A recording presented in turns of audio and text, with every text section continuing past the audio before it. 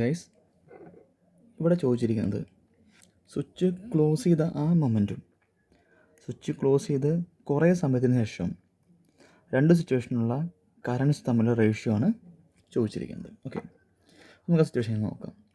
ഇപ്പോൾ ഞാൻ switch close ചെയ്തു. ഓക്കെ, സ്വിച്ച് ക്ലോസ് ചെയ്ത മൊമെൻറ്റിനെ ഞാൻ T=0 എന്ന് കൊടുക്കുന്നു.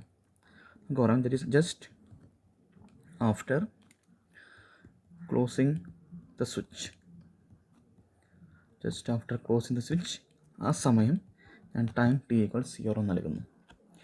ഈ സമയത്ത് the inductor will act as open circuit.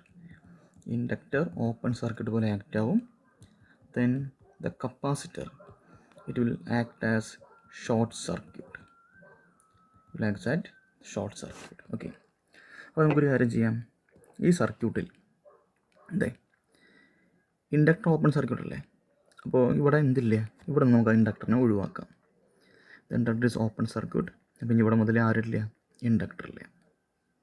Just after കേട്ടോ. നോ, ഇനി ഈ കപ്പാസിറ്റർ എന്തുപോലെ ആക്ട് ചെയ്യും? It will act as short circuit. അപ്പോൾ നമുക്ക് എന്ത് ചെയ്യാം, ഈ കപ്പാസിറ്ററിനെ മാറ്റി അവിടെ ഷോർട്ട് സർക്യൂട്ട് ഒരു ലൈൻ വരച്ചാൽ ദിസ് റെപ്രസെൻറ്റ് ഷോർട്ട് സർക്യൂട്ട്. ഇങ്ങനെയൊക്കെ സർക്യൂട്ട് ചേഞ്ച് ചെയ്യാം. ഇനി നിങ്ങൾ നോക്കാം, ഈ സെല്ല് ഡിസ്ചാർജ് ചെയ്യുന്ന കറൻറ്റ് I ആണെങ്കിൽ ഇത് ഫ്ലോ ചെയ്ത് ഈ പോയിന്റിലെത്തും. ഇവിടെ ഓപ്പൺ സർക്യൂട്ടാണ്, അപ്പോൾ ഇവിടെ ഈ കറണ്ട് ഫ്ലോ ഇല്ല. അപ്പോൾ ഈ ബ്രാഞ്ചിലേക്ക് സ്പ്ലിറ്റ് ചെയ്ത് ഒരു I1 ഫ്ലോ ചെയ്യും, ഈ ബ്രാഞ്ചിലേക്ക് I2 ഫ്ലോ ചെയ്യും.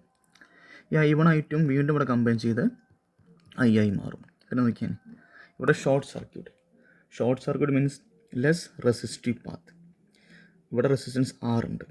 അപ്പോൾ ഷോർട്ട് സർക്യൂട്ട് എന്ന് പറഞ്ഞാൽ തിയററ്റിക്കലി 0 റെസിസ്റ്റൻസ് ആണ്. അപ്പോൾ കറണ്ട് എന്ത് ചെയ്യും, ഈ റെസിസ്റ്ററിനെ ഒഴിവാക്കും. അതിനുശേഷം ഇതിൽ കൂടി ഫ്ലോ ചെയ്യും. എന്നിങ്ങനെ കറങ്ങി തിരിഞ്ഞ് വീണ്ടും ഇവിടെ എത്തിച്ചേരും, സെല്ലിൽ എത്തിച്ചേരും. ഓക്കെ, അപ്പോൾ നിങ്ങൾ നോക്കാം, ഈ റെസിസ്റ്റർ പോയി. ഇനി 6R 3R രണ്ടുപേരിലും ഡിഫറെൻറ്റ് കറണ്ടാണ് ഫ്ലോ ചെയ്യുന്നത്. അപ്പോൾ ഈ രണ്ടുപേരും ഏത് കോമ്പിനേഷനിലാണ്? Parallel combination. So if 6 parallel with 3R, their effective resistance equals 6 into 3 by 6 plus 3, 2 വരും. ആ 2ഉം ഈ ആറും സീരീസ് കോമ്പിനേഷനിലാണ്.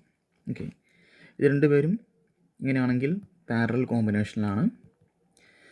ഇവരുടെ ആർ എഫക്റ്റീവ് ആണ് 6 into 3 by 6 plus 3, that is equal 18 by 9, that is 2R. ഇനി ഈ 2Rഉം ഈ ആറും സീരീസ് കോമ്പിനേഷനാണ്. അപ്പോൾ ഫസ്റ്റ് കേസിൽ നമുക്ക് പറയാം the current just after closing switch, that is I1 എന്ന് പറയുന്നത് net EMF E by effective resistance, that is 3R എന്ന് കൊടുക്കാം. ഇതാണ് സ്വിച്ച് ജസ്റ്റ് ക്ലോസ് ചെയ്തതിന് ശേഷം ഫ്ലോ ചെയ്യുന്ന കറണ്ടിൻ്റെ വാല്യൂ. ഇനി ആഫ്റ്റർ എ ലോങ് ടൈം ആ കറണ്ട് എത്ര കൂടി കണ്ടുപിടിക്കണം. ഇനി നമുക്ക് നോക്കാം. ഇനി ഞാൻ പറയാൻ പോകുന്നത് second part, that is switch is closed after a long time. Switch close ചെയ്ത് കുറേ സമയത്തിന് ശേഷം, ശ്രദ്ധിക്കുക, സ്വിച്ച് ക്ലോസ് ചെയ്ത് കുറേ സമയത്തിന് ശേഷം the inductor in this circuit will act as short circuit and the capacitor in this circuit it will act as open circuit. അപ്പോൾ നമുക്ക് ഈ സർക്യൂട്ട് ഇങ്ങനെ ഒന്ന് മാറ്റി വരയ്ക്കാം. ഇപ്പോൾ നമുക്ക് ഇനി ഈ ഇൻഡക്ടർ വേണ്ട. ഈ ഇൻഡക്ടർ എന്തുപോലെ ആക്ട് ചെയ്യും? It will act as short circuit അല്ലേ. അപ്പോൾ ഇൻഡക്ടറിന് പകരം short circuit. Now this capacitor will act as open circuit. അപ്പോൾ നമുക്ക് ഈ സർക്യൂട്ടിനെ ഇങ്ങനെ ചേഞ്ച് ചെയ്യാം. ഇനി സെല്ല് ഡിസ്ചാർജ് ചെയ്യുന്ന കറണ്ടാണ് I. ഇത് സെക്കൻഡ് കേസിലായ കാരണം നമുക്ക് എന്ത് നൽകാം? I2 എന്ന് കൊടുക്കാം. ഈ കറണ്ട് ഫ്ലോ ചെയ്ത് ഇവിടെ എത്തും. അപ്പോൾ ഇവിടെ നോക്കി കഴിഞ്ഞാൽ ഇവിടെ റെസിസ്റ്റൻസ് തീരില്ലാത്ത പാത്താണ്. ശ്രദ്ധിക്കുക, ഈ കാണുന്നത് റെസിസ്റ്റൻസ് തീരില്ലാത്ത പാത്ത്. ഇവിടെ 6R ഉണ്ട്, 3R ഉണ്ട്. അപ്പോൾ കറണ്ട് ആരെ ചൂസ് ചെയ്യും? റെസിസ്റ്റൻസ് ഒട്ടുമില്ലാത്ത ഈ പാത്തിനെ ചൂസ് ചെയ്യും. അപ്പോൾ അങ്ങനെ വരുമ്പോൾ ഈ 6Rഉം ഈ 3Rഉം ഇന്നെഫക്റ്റീവ് ആണ്. ഇനി ഈ കറണ്ട് ഫ്ലോ ചെയ്ത് ഇവിടെ എത്തും. പിന്നെ ഇവിടേക്ക് എത്തുമ്പോൾ ഇവിടെ ഓപ്പൺ സർക്യൂട്ടാണ്, അപ്പോൾ ഫ്ലോ ചെയ്യില്ല. പകരം ഈ ആറിൽ കൂടി തന്നെ ഫ്ലോ ചെയ്യും. I2 തന്നെയാണ് ഫ്ലോ ചെയ്യുന്നത്. ഇങ്ങനെ വന്ന് അവസാനം സെല്ലിലേക്ക് തന്നെ തിരിച്ചെത്തും. അപ്പോൾ നിങ്ങൾ നോക്കിയാൽ ഒരു കാര്യം മനസ്സിലാവും. ഈ ആറിൽ കൂടിയും അതുപോലെ ഈ ആറിൽ കൂടിയും രണ്ട് പേരിലും കൂടിയും ഫ്ലോ ചെയ്യുന്നത് I2 തന്നെയാണ്. അപ്പോൾ അങ്ങനെ വരുമ്പോൾ ഈ രണ്ട് പേരും സീരീസ് കോമ്പിനേഷനാണ്. സീരീസ് കോമ്പിനേഷൻ ആണെങ്കിൽ ഇവിടുത്തെ R എഫക്റ്റീവ് എന്ന് പറഞ്ഞാൽ 2R ആണ്. അങ്ങനെ വരുമ്പോൾ I2 എന്ന് പറയുന്നത് E/2R എന്ന് വരും. അപ്പോൾ ചോദിച്ചിരിക്കുന്നത് I1 by I2 എന്ന റേഷ്യോ കണ്ടുപിടിക്കാനാണ്.